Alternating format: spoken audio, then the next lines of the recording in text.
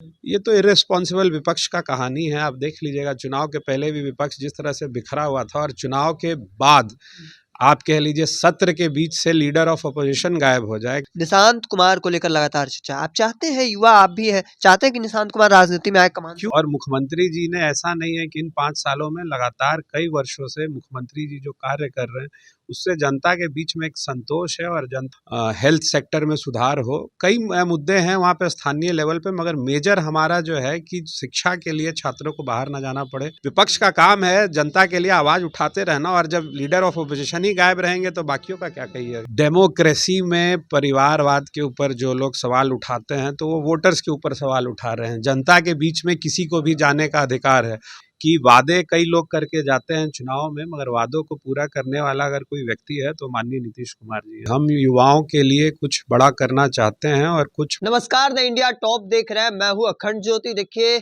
NDA की प्रचंड लहर चली, कई विधायक चुनाव जीत कर आए और हमारे साथ इस वक्त बातचीत करने के लिए घोषित से नौ निर्वाचित विधायक ऋतुराज कुमार हैं। देखिए, लगातार एक्शन में नजर आ रहे हैं। पहले हमने आपको दिखाया था किस तरीके से अचानक से औचक निरीक्षण करने के लिए अस्पताल में पहुंच गए थे, लोगों के बीच लगातार नजर आ रहे हैं, तस्वीरें हमने आपको दिखाई थी। हालांकि इस वक्त हमारे साथ बातचीत करने के लिए सबसे पहले स्वागत। बहुत बहुत धन्यवाद आपका अखंड। किस तरीके से इस बार प्रचंड लहर चली, मात्र 25 सीटों पर आरजेडी सिमट गई, आप लोग 200 से पार हो गए, वजह क्या रहा? वजह रहा सरकार ने जिस प्रकार से काम किया है। जनता में एक विश्वास है हमारे सरकार को लेके, हमारे मुख्यमंत्री को लेके। और मुख्यमंत्री जी ने, ऐसा नहीं है कि इन 5 सालों में, लगातार कई वर्षों से मुख्यमंत्री जी जो कार्य कर रहे हैं उससे जनता के बीच में एक संतोष है। और जनता भी एक चीज़ जानती है कि वादे कई लोग करके जाते हैं चुनाव में, मगर वादों को पूरा करने वाला अगर कोई व्यक्ति है तो माननीय नीतीश कुमार जी हैं। तो उसी का असर मिला और जनता ने इसको, जो सरकार ने उनके लिए काम किया, जनता ने उसको आशीर्वाद के रूप में वोट के तौर पे हमें दिया और एक प्रचंड लहर से हमारी सरकार आई।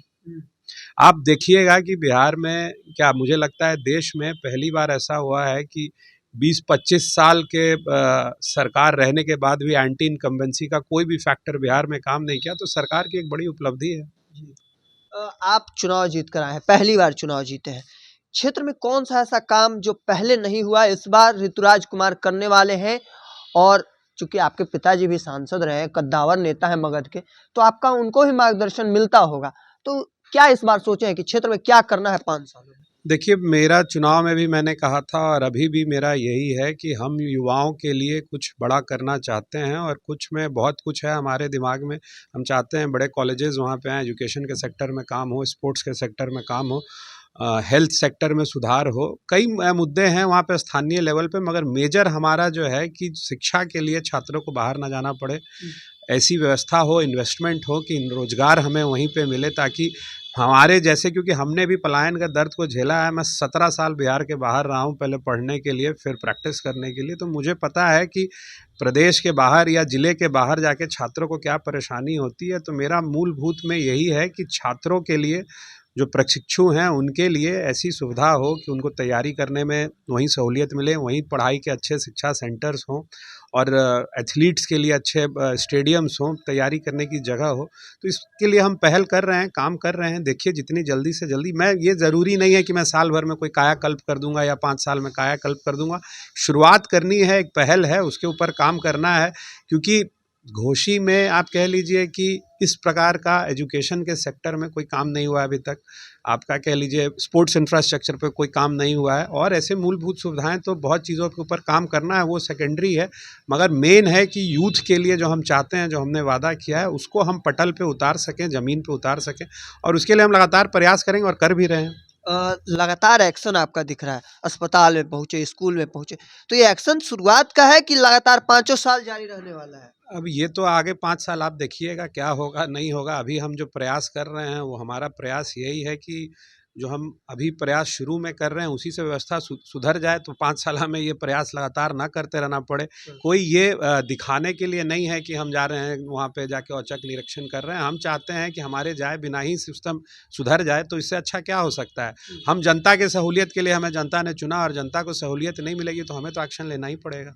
एक सवाल रहेगा, आप जदयू से आते हैं, जदयू के विधायक हैं, निशांत कुमार को लेकर लगातार चर्चा, आप चाहते हैं, युवा आप भी है, चाहते हैं कि निशांत कुमार राजनीति में आए, कमान क्यों संभाले? नहीं, युवाओं को राजनीति में आना चाहिए। बिहार में युवाओं की जनसंख्या है, इसलिए बिहार में, और इस बार आप देखेंगे कि भी इस बार 142 फर्स्ट टाइम लेजिस्लेटर्स आए हैं जहानाबाद विधानसभा में, और ये अच्छी बात है क्योंकि हमारे प्रदेश में युवाओं की जनसंख्या अच्छी खासी है और युवाओं ने सरकार को वोट दिया है, तो युवा जितने राजनीति में आएंगे अच्छी बात है।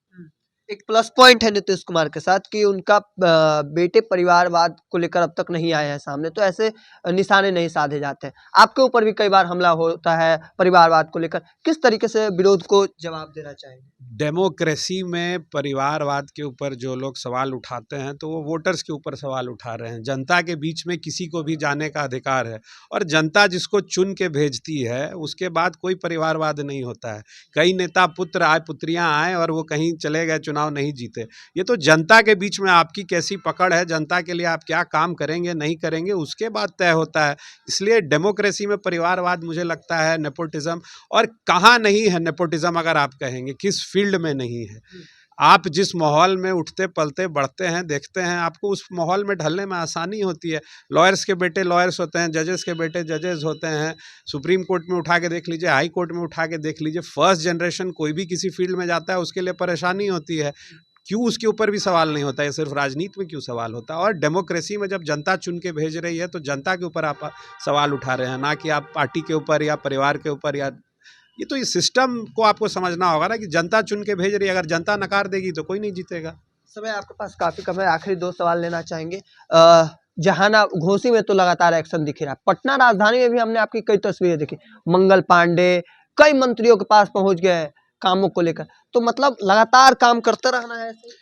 बिल्कुल, हमारा प्रयास है कि जिसके लिए हमें चुन के भेजा गया है, हमें बैठने के लिए थोड़ी भेजा गया, हमें चुन के भेजा गया है कि काम होते रहे, जनता का काम सहूलियत होते रहे, उसके लिए हम मंत्री जी से मिल रहे हैं। और जहाँ भी हमें ज़रूरत महसूस होता है कि हमारे क्षेत्र में इस चीज़ की ज़रूरत है, तो हम चाहते हैं कि जल्द से जल्द उस चीज़ का सहूलियत जनता को मिले।